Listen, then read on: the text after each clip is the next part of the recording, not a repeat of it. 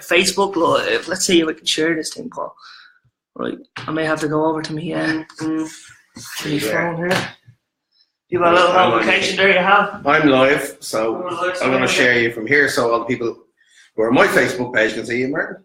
I'm going to get sharing this thing. This audio program is presented by Audible.com. See what I was listening to. Right there, that's that gone. Now, as soon as I share this, we'll start seeing the people come on the stream with us. So if you're watching this on replay, Facebook, how we doing? We're a minute or two before the show. We're about to do a show called Live Chats. This is all the behind the scenes stuff, Martin. This is behind the scenes, which hence all the all the noise and stuff that's not supposed to be happening. So I'm going to give this thing a share here now. This is all the behind the scenes. We're getting the replay here, you know. Yeah, so that's good. So I'll give this a quick. And there's a delay on Facebook, Martin, is there? There's a delay by a couple of seconds there. Excellent, yeah. okay. So I'll give this a share here now. Tune in. I'm going to tag it. That's me. It's always good to let the old behind the scenes stuff go out as well, isn't it? It's going to get interesting, Facebook. Hang in there with us. Right. Shared. Brilliant. And let me get this thing rolling over here. These are all the social media tips, Martin, that people pay thousands to. This is it. To learn. You're showing me all here. People pay good money for this sort of voice, Paul, you know? This isn't behind the scenes. This is a masterclass. Some people are afraid to show the likes of this sort of stuff. You know what I mean? The real stuff that goes on. But I actually find it's a good thing to do. Big problem I have with Facebook Live is being able to see the questions as they pop up. That's true, yeah, because it's a bit of a distance away. Yeah. I wear the contact lenses myself. Right, so we've got a few people coming on here. How's it going, everybody? Hope you're doing well. Facebook, I can't actually see who's joining us on the stream, Paul, but I'm sure it's all good people, right? Drop a comment so I know you're here. I want to give you a shout out. Guys, my name is Martin Eastwood. This is a show called Life Chats, and each week I bring you someone who is successful, someone who's done well in life or is striving for something better, and we bring them on the stream and learn a little bit about their life, so we all don't have to make too many mistakes. We're going to learn from your mistakes. So tonight I am honoured to have Councillor Paul MacAulife here with us. Paul, who I've known many years in the Finglas community, you always get your head in, Paul. You're always there. So fair play to you. You're one of the guys we always see on the ground, and I'm looking forward to kind of chatting to you this evening. Well, actually, I saw your show with Mary last week, and it was fantastic.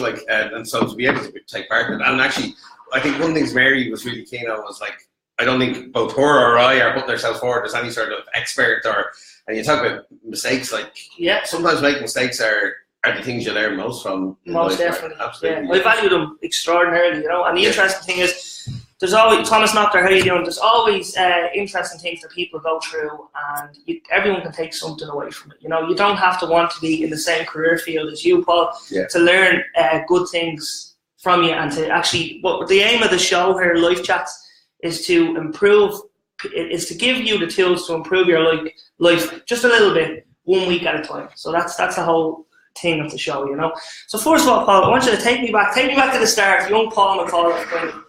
What was your early days? Where did you grow up, and how did you start? I was born actually in Coolock, but I was only there for a couple of years. My mum and dad were from Finglas. They literally lived a couple of roads apart from each other. One lived in Clancy Avenue and the other in Finglas Park. And it's funny actually because both of my grandparents came to Finglas probably when it was still a small country town. It was starting to grow. My one granddad had a job in Guinness's, and he came out to Finglas because there was a scheme that was built by the Church of Ireland to try and bring more Protestant workers into the area to work for companies like Unidair and Gatto and Jay's, all companies that we know from growing up in Finglas. And because he was working in Guinness, he got to buy an affordable house there. And my other grandfather worked in Gatto, a big bakery, many people will probably remember. And nice cakes. Yeah, nice cakes, yeah. Your Oxford lunch at Christmas time. People always remember the Oxford lunch at Christmas time. And he got the house because he was working in Gatto.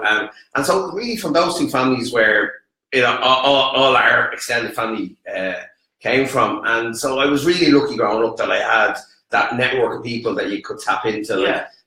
People were, like grandparents, aunts, uncles, they were always around, they were always in and out. And I suppose that's one thing that I'm always very grateful of, because I see in my line of work now people that don't have that network, or people who are up from the country and maybe working in Dublin and they don't even have someone to do a babysitting stint for them in the weekend. So having that kind of family network, and it's something I think a lot of people in Finglas would say, that having their family, having that support, that was really important for me.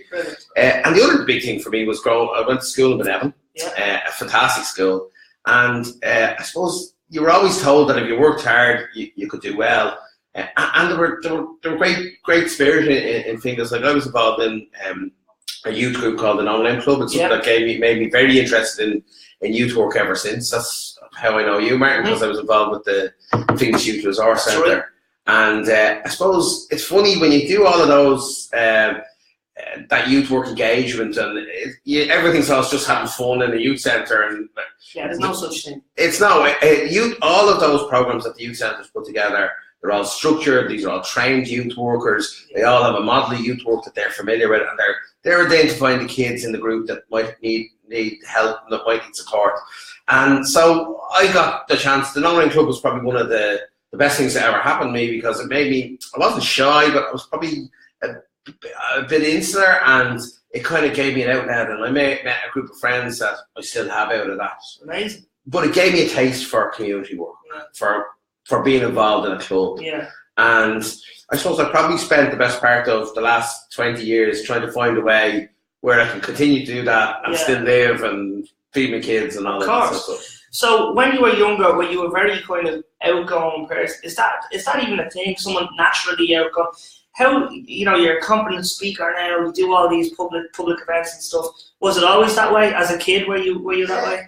Look, I was always chatty, definitely about that, but being confident is probably a different thing, and particularly when you're a teenager, I suppose I probably would have been like any teenager. You're very self-conscious, but definitely in college, I wasn't really outgoing. I went to a place called National College of Ireland over in Ranelagh, and it was like a totally different environment for me. Like, it was people from different parts of the city, it was a different setup. I probably wasn't as confident there. It took me a couple of years to get settled into it, and then out of that, I was probably doing stuff in the No-Name Club and mixing that probably more than I should have been focusing on my studies, And so out of that, then I went to work in industrial relations, and that was when I really kind of got to do a bit more public speak and arguing in the labour courts on behalf of people, being able to pick a side and say, okay, what are the merits of this case, and then putting them to the tribunal. So that was really interesting.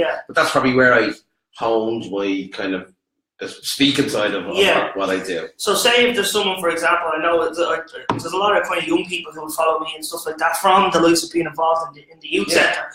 So if you have maybe a shy individual, or someone who's perceived as shy and they struggle with a bit of confidence and stuff like that, what would be one thing they could do to help them become more confident from your experience? I think a big part of being confident is being sure of yourself, being confident about yourself. And that can be really hard, because people, like, particularly if I could only go back to myself as a teenager and say to yourself, relax, it's grand, they're only girls, just talk to them. I still need that voice. But like, all those things that I suppose you stress and you worry about, if you're confident in yourself, if you know what you're about yourself, you're going to be more likely to I see you and what you do, Martin. Like, you're putting on events all the time. You couldn't do that unless you were confident in your ability to do that. Most definitely. So it's sort of the same thing. Like, if somebody is speaking, there's nothing better than somebody speaking from their personal experience and their own knowledge. So if you've got someone that is talking about their story and what's happened to them, you don't need to be the world's greatest speaker to talk about it. You just have to have passion. And so I would say to people, don't worry about how many people are looking at you or not looking at you, or what your style is, whatever. Just be yourself, be confident in yourself, and tell your story.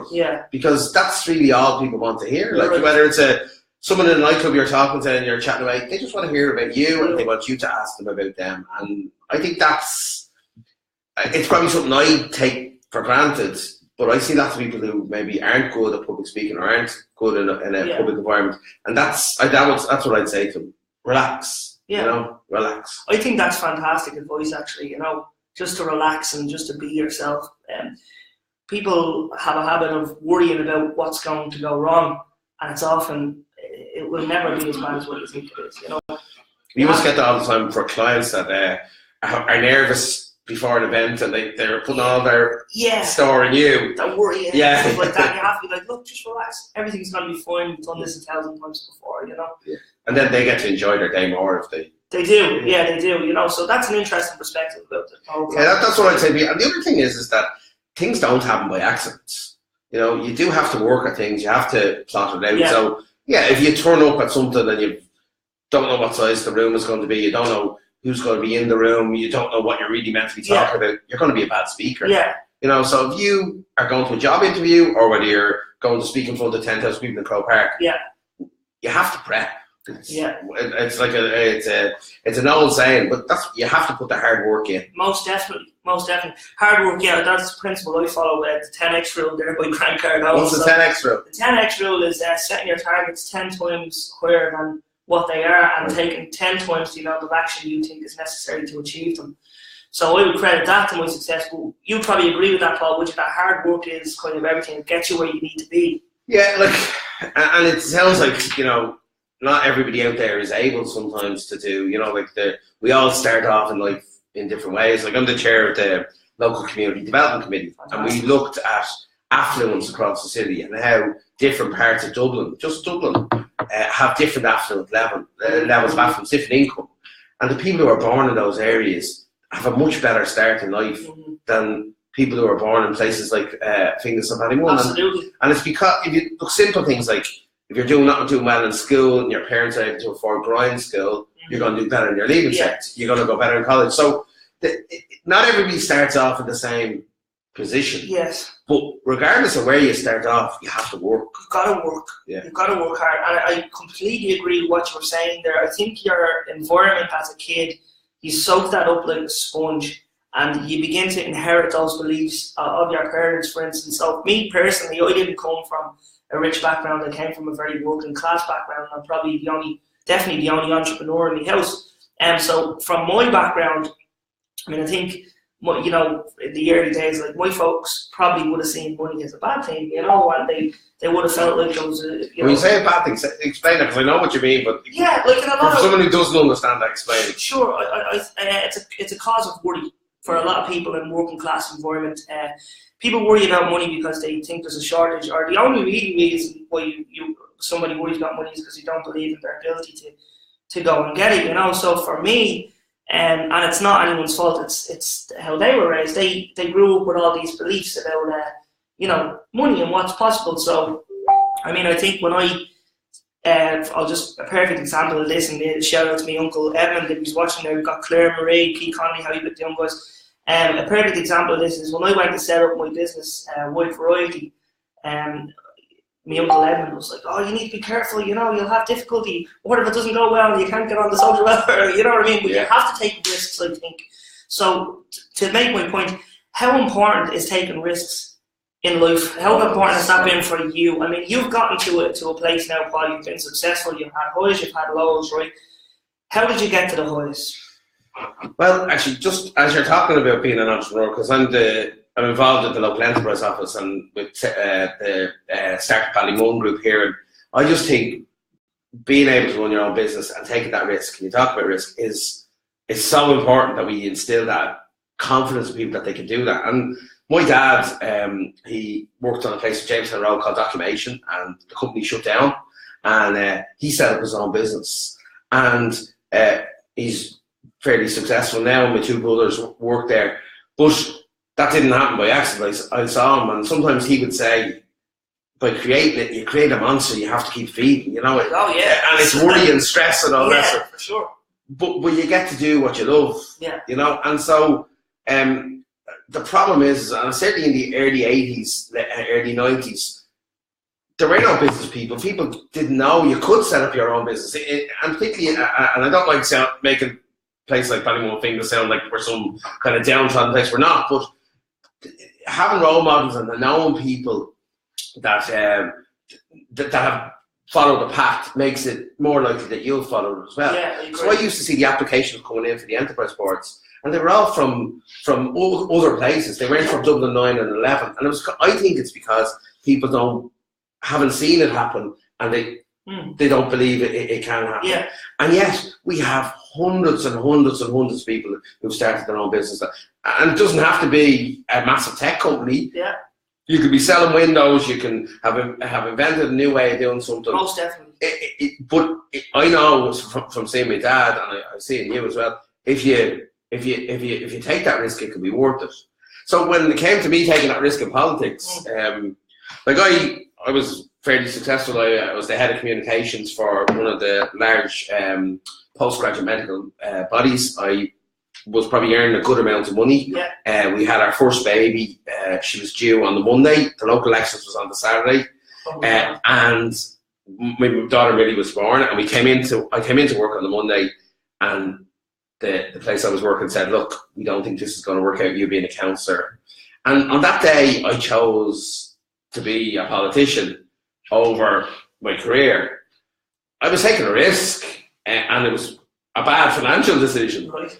But you can't live your life. You only get one spin on the merry-go-round. Yeah, absolutely. And if you want to be happy, then you have to do what suits you. And you won't. I work in very long hours. I love doing what I do, but I wouldn't do it unless I loved it. Yeah. So yes, take risks. Take calculated risks. Yes. Right. Yes. Don't just make silly mistakes. You know. I didn't throw things away on something that I didn't think would happen. You know what I mean? But at the same token, sometimes you just take a leap of faith as well. So, and you if you had sat down with your business plan, and it was probably a brilliant business plan, the first time you saw it, 10 people read it, 8 of them would tell you not to do it because the numbers didn't work out. Yeah. But every day people set up new businesses, so it does work out. Yeah. There's lots that don't. But you have to take that leap. Yeah. I suppose, from my opinion, I feel like that if you go into business, tell me if you agree or not, Paul, with an attitude of, I'm going to win, I'm going to make it a success, or I'm going to die trying. Yeah. That's my attitude. Like, I promise you, I will never give up. Like, I'm going for this all out, and, I'm making it work one way or the other. So, if someone starts out with that attitude, I believe anyone watching this right now, if they start out with an attitude of, I don't care, I'm doing it anyway, and no matter what it takes, I'm going to make this work. If someone is willing to change as they go, I firmly believe they will succeed. Yeah, but what does that success look like? And I suppose in my job all the time, what I see is, though, go back to that point about people starting the race in a different position, right? Not everybody gets that start. Not everybody can. So what I want to do in my job is to level the playing field more, so that people do get a chance. It's not about giving people a free ride. It's not about saying some people should get things for free. It's about saying you're going to start the race of life on a level playing field as everybody else. And that's the big thing that drives me to do what I do. Yeah, I love people. I love working with people. I love getting the card, the lady drop into the office and say, thanks for fixing, getting that fixed for me. And that's great because it's the validation. But if we can actually change the big stuff, that would be that's why a youth worker works in a youth centre. That's why a nurse works in a hospital. Of course they are doing what they love and so on, but all of us want to fix the bigger picture. The bigger purpose behind it. And I think that's what a lot of people puts people off politics, is that it just seems too hard to change that bigger picture. So, and it is. It's very hard to change big pictures, and I know all about that myself. Paul, I'm interested to know, what was your breakthrough moment? Like, everyone kind of has some sort of a breakthrough moment. What was the day when it changed for you, when you realised, okay, I'm on the track here. This is gonna happen. So I've ran in 2 elections, 4 elections. I've won 2 and I've lost 2. Yeah. And I did an interview with Primetime in the RDS, and it was 2 or 3 minutes, after I'd just been told that I was eliminated in the last election and that the guy running against me was going to be getting elected. And I can't watch the interview. I can't, because that wasn't my breakthrough moment, that was my breakdown moment. Yeah. But and it wasn't for me, of course it was for me, but when you're in politics, you have so many people that are with you, that go out and knock on doors for you, that are like, I'm talking about the stuff they do with you, and it's a team effort, and you really get together. So the breakthrough moment that I had was as much about them breaking through, and therefore on the other side, when you don't do well, it's a breakdown for all of those. So the breakthrough moment for me was in 2009. It was my second local elections. I arrived in the RDS. There was 17 votes between me and my opponent. And I thought, it was the second time running, and I said, if I don't get elected this time, I'll never do it again. It's too hard, too much money, too much effort. I just couldn't have done it a third time. And I remember talking actually with Desi Ellis, and we were Desi was saying, you'd be a good councillor. Like, I remember Desi kind of said that to me. I'm sure at that stage of the count, I don't know whether he thought I'd be elected or not. But I was elected on that night, and I remember meeting one of the other councillors there, and he says he didn't know who I was, and I said, "Hey, I'm going to be working with you on the city council." And for that, it was an amazing moment, Martin. It was for all the people who work with me. It was for all the groups that I've been involved in. That was a real breakthrough moment. Yeah. And I suppose I hope we'll have another one of them if I get elected to the Dáil the next time. But it's not just about you. People think of politics is just about the face of the poster. It's not. It's about this huge group of people that work with you. Yeah, absolutely. It's incredible. You know, we can only imagine how you felt that night. Yeah. And that success is caused by the support of people who believe in you. So it makes it all much more better. I was watching the FINA GA Club had an event last Friday. Yeah. And it was with kind of elite sports people, Shane Horgan and Kevin McMahon and Johnny Cooper and so on. And in a funny way, being a politician and being an Olympian is very similar. The opportunity comes around once every 4 years, right? You get one shot at it. Yeah. You know, like the next day it's over. So you will get to run your race, and it happens or it doesn't happen. And you have to put in all the work beforehand, not knowing whether it's going to succeed or not. It's like a UFC fight nearly, isn't it? Am I allowed to say that? Are you suggesting I have a cage fight? Is that what it is? You and Desi in the cage fighting it out. But you know, you prepare, you have a camp before, and you need to be so straight, you need to work your ass off, and then hopefully on the day, man, there's not, okay, it's more intense, it's more public, right? I remember after losing the general election, I couldn't walk around Finglas Village for 3 days because of all the people saying nice things to me. Every time they said something nice, I wanted to, right? Yeah. But it is more public. It's like being a job interview, but you've got 40,000 people on the panel, right? Yeah. So they all know the outcome. But everything that everyone does, go back to the person watching this video, if they pick their goal, there's going to be people that can see what they're trying to do, whether it's losing weight or whether it's getting a job or whether it's doing a course. There's going to be people seeing them. So everyone's afraid of failing. But you know what? It's not that bad if you fail. It's a great thing. Yeah, well, I wouldn't say it's a great thing. No. I love it. If it's painful. It's painful. But it's another step closer to success. Yeah, only if you can get back up again. Yeah. Yes, good point. Yeah, you need to have that action. Yeah. And there are lots of people out there that can't, like, and I go back to this level on the playing field thing. Yeah. There's not, because of maybe something like mental health, right?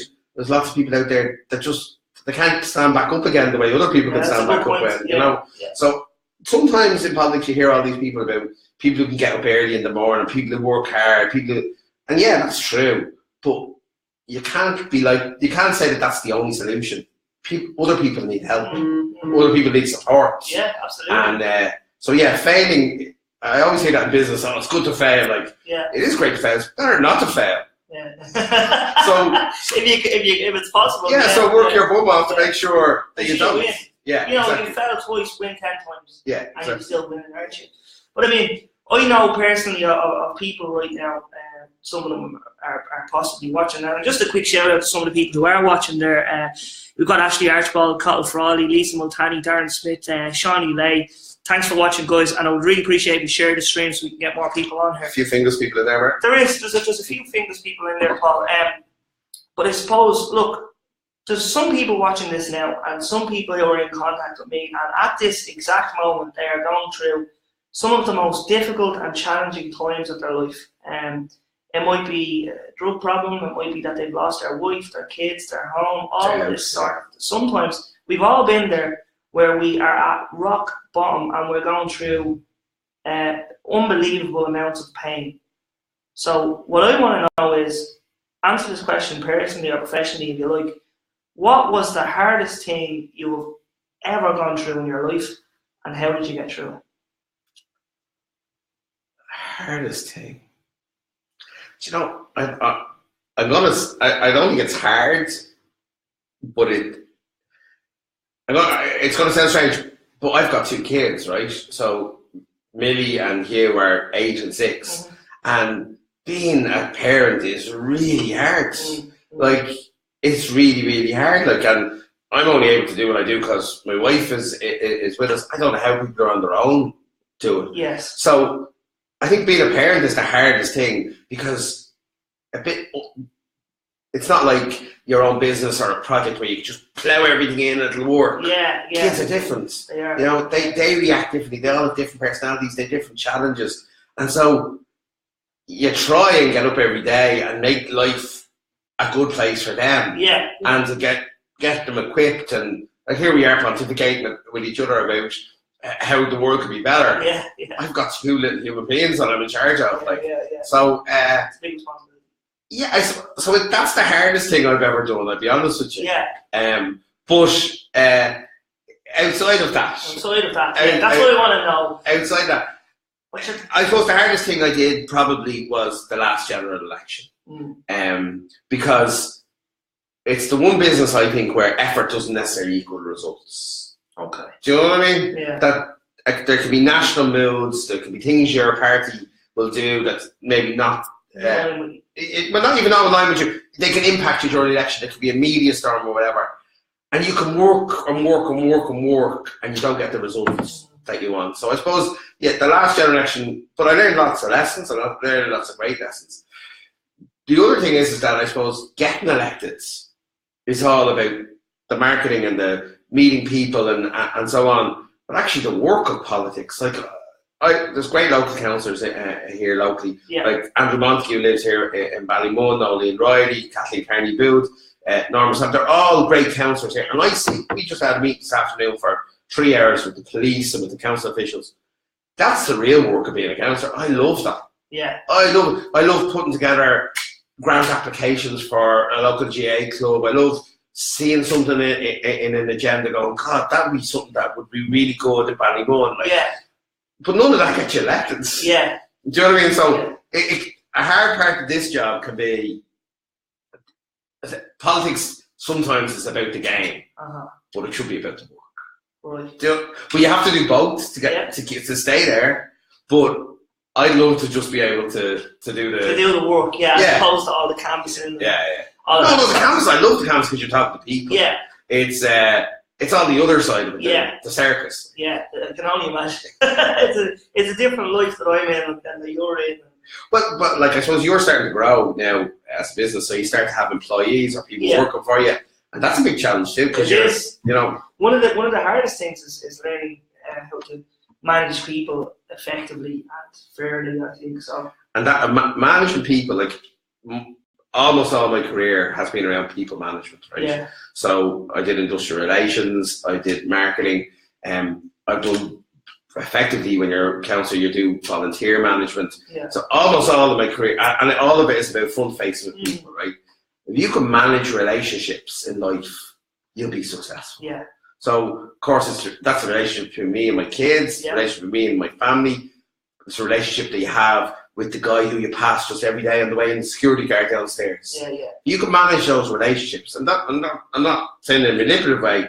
If you can be positive in all those relationships, you'll be able to get that business deal. You'll be able to get that job interview because you know how to work with people. And for example, if you're applying for a job interview and message the person on the interview panel 15 times before the job interview, you probably wouldn't get the job, right? Because, but sometimes in communications they say that, constant contact, but it's about managing the contact. It's about making sure that the messages are appropriate, that they're timed well, that they're received well. So I think managing people, whether you're an employer or whether you're a salesperson or whether you're just in your network of friends, managing relationships is, I think, one of the secrets of life. Okay, and I totally agree. I mean, one of the bad pieces of advice people get is don't talk to strangers. That's ridiculous. Yeah. Strangers have everything you want.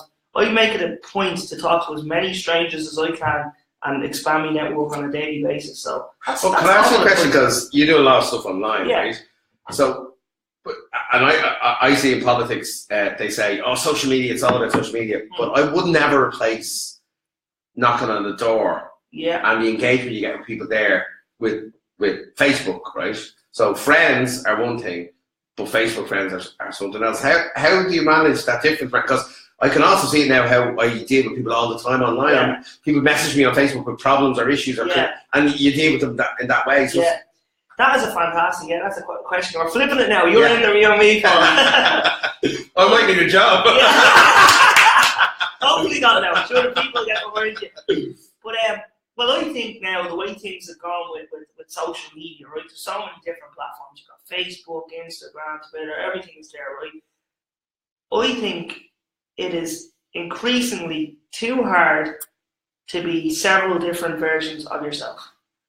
So, for instance, I'm under no illusion, like all of these people who I engage with on a daily basis, they know the real version of me. And so I'm not afraid to let... You can't be something different online. I cannot be something different. When I do my vlogs, I talk freely. Like my mum sometimes watches the vlog and she'd be like, "Don't curse on that vlog. That's not looking good." But I'm just like, listen, I just want to be real. I don't want to hide from anybody because you can't hide anymore. The world is too open. You need to be the real, authentic version of yourself in all platforms. And so that's the thing with the vlog. Like, you're allowing yourself to reach more people, and I would have no kind of fear at all of leaving that thing running live 24/7. With the exception of using the jacks. Like, that's about it, I've seen the day in the life of Martin Eastwood that you've done, right? And I often think I'd love to do that for myself, because I think if people could get their head around what politicians actually do, they'd see a totally different side than the guy in prime time that doesn't answer questions. Because I think politicians in all parties are many of them are the same. They're all doing this for mostly the right reasons. And they all have different ways of doing it. It's a bit like business people. Everything's all business people. They're all, a certain type of person. They're not. Everyone's different. Everyone is, everyone's different. But the problem with Facebook is, and with Instagram particularly, you can put a filter on things, on social media, right? But you can't put a filter on real life. No, you definitely can't. Like you can put the nice picture of you in your holidays where you don't look fat, right? But I need to start working on that. Tell me about it, right? But there's, in real life, you can't do that with people. No. And I do worry a little bit now, particularly younger people. And I was talking to local school principal about this, right? In France, they've banned smartphones from schoolyards, right? And it's because when the teachers were looking out, everybody was on their phone, right? Now, I can see that side of it, but I also think we need to equip young people to know, we need to have the best people in the world to have. So I have to be really careful that I'm not sitting there on my phone while my kids are trying to talk to me, and I constantly have that battle. I know loads of parents do, right? But we have to keep all these different technological things as they come at us. We have to keep asking ourselves, how do we go back to managing people? Because the technology sometimes gets in the way. I hear you. And there's two sides of the coin. One other thing is, I think when there's so much noise out there, what people start to do is they start to look for an authoritative source, right? So people tune in for your page because they're going to know, we got a good interview, we get a good chat with Martin, and we like Martin and all the rest of it. Or they could look at 50 other million things in their stream. Well, actually, they come back to Martin because they get that's an authoritative voice. And the more we have in social media, the more we then need authoritative voices, people who have credibility and who aren't going to be fake news. Yeah. Because that is the real problem. Yeah, for sure. Particularly in politics, but in every field, I think it's going to affect every field now. Yeah. The fake news thing, okay, we laugh at Donald Trump, but actually there's something else. News. Yeah, but there is something there. You know, there is something there that people can put stuff up on Facebook. It might not be true. Yeah. And it can cause a lot of concern. Like it can. You hear Ballymun often people put up things saying, oh, such and such is in the area, you know, and it causes concern. It does, you know. When I found out, you know, when I seen on Facebook that Norris from Coronation Street had passed away, I was very upset for a few hours until I realised that it was a hoax. So I understand the concept, but going back to the whole thing of kids and technology, I do think that some people do look upon technology as negative things, but at the same time, I firmly believe that it is the way the world is communicating at the moment. And if you try and put a block on kids from fully utilising that technology and learning about it, then they're going to be at disadvantage in their life going forward. And internationally, we're going to be here. Absolutely. You know, Ireland has to compete with other countries. Like we have some of the top internet companies in the world here in Dublin. Yeah. So, but we have to answer the concerns of those teachers that are looking out their yards where kids aren't socialising each other. So I suppose it's all about the balance. Yeah. It is. Well, look, it looks like we have a quick question there, and then a shout out to the people who are watching Philly Rooney, Emma McFeely, Jenny there, Sean Nolan. So Darren Smith asks, as a local representative and resident, do you think that the government has failed in working class areas? High crime, drug abuse and antisocial behaviour. What is your manifesto to make the necessary improvements? So there's the political. Well, I was saying here, I didn't want to be too political, so I'm going to leave the current government out for the moment, right? Yes, sure. I think in general, like if you look at Dublin, right, for the last 150 years, the wealth of the city has dominantly been on the southeast side of the city, right? And over those 150 years, that's just got worse and worse and worse. And the rest of the city, as it expanded, hasn't. Yeah. So, yes, of course he failed. There's 150 years of evidence of how it's failed. The question is, how do you solve it, right? So some people believe that you solve it by having, it's called quality of outcome, right? So you say everyone should be paid the same. You know, we should have massive taxes and all the rest of it. And then there's other people who say, no, you create equality by creating opportunities. That you say, we'll make sure that it's easy for kids to go to third level. We'll make sure that it's easy for someone to set up their own business. And that's another way of doing it. So I suppose what's my manifesto? It goes back to the point I make.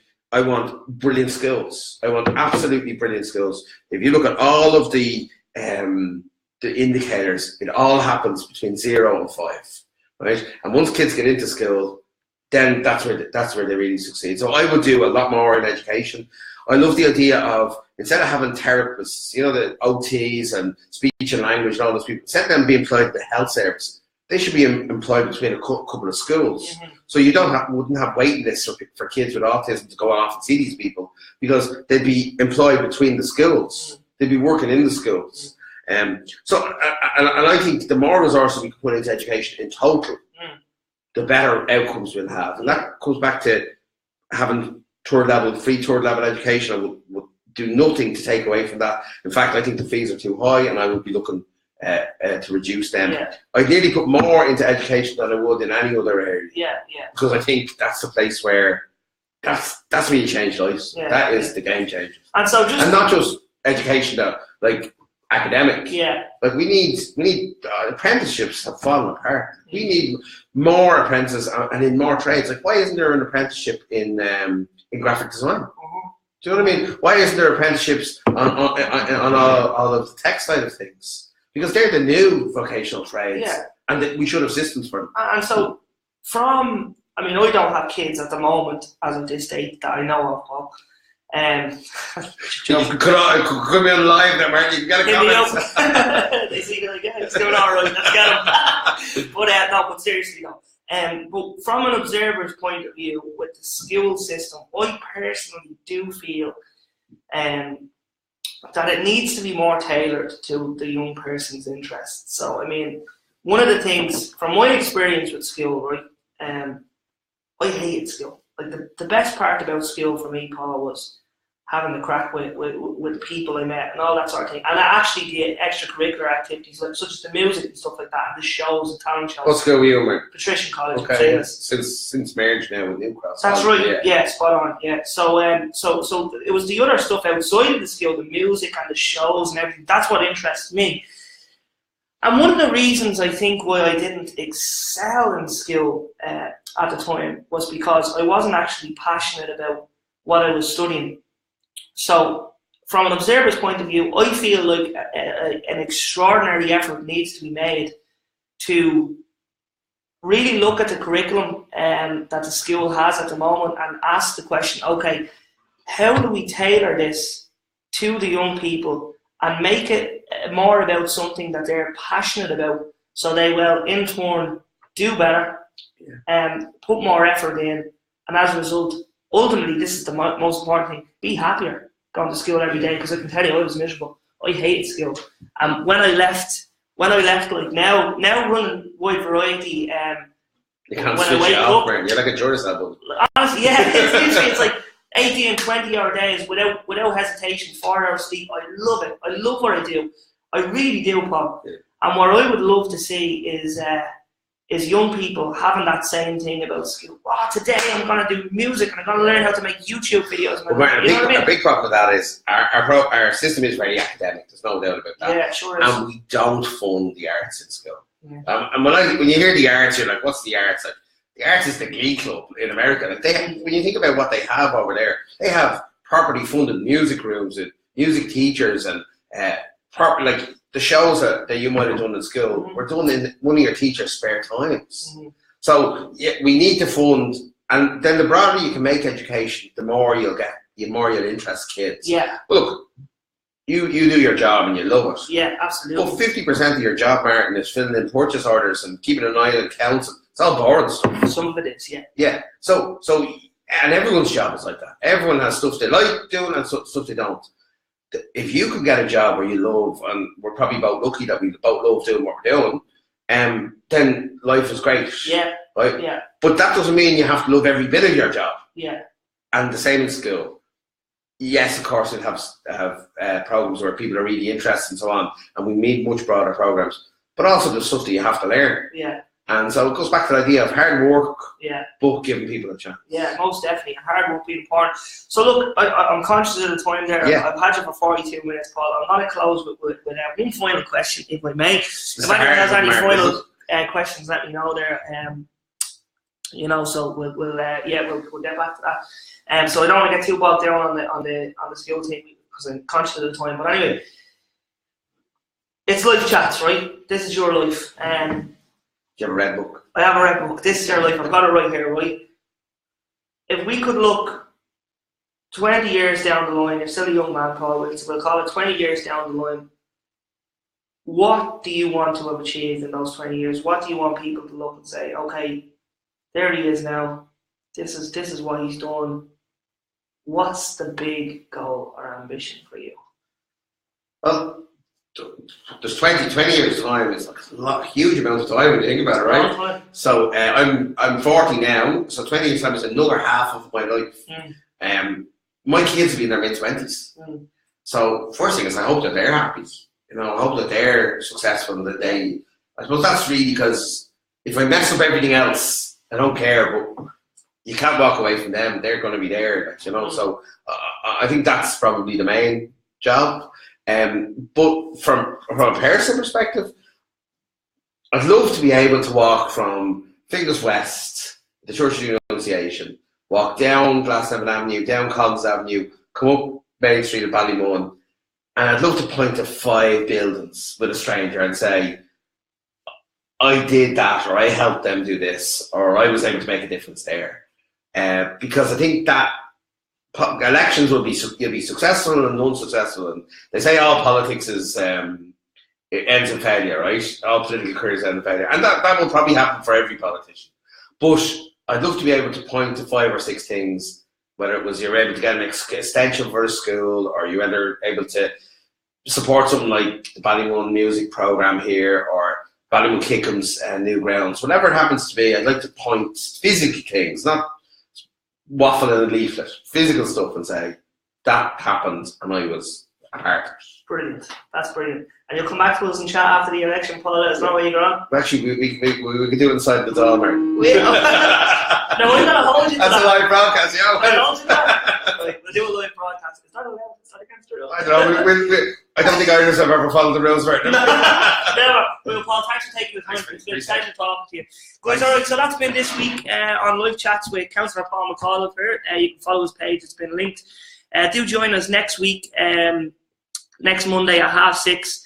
I'm going to be talking to Robert Murphy, the owner and manager of Super Value in Ballymun and Centra there in Shangan. We're going to be talking about how we went from zero to very humble beginnings to running a multi-million euro operation. So it's going to be great to have him. He's a real leader of Ballymun. He's a real community leader, and he's a very likeable person. Yeah, we all love him, to say the least, you know. So thanks for all your comments, guys.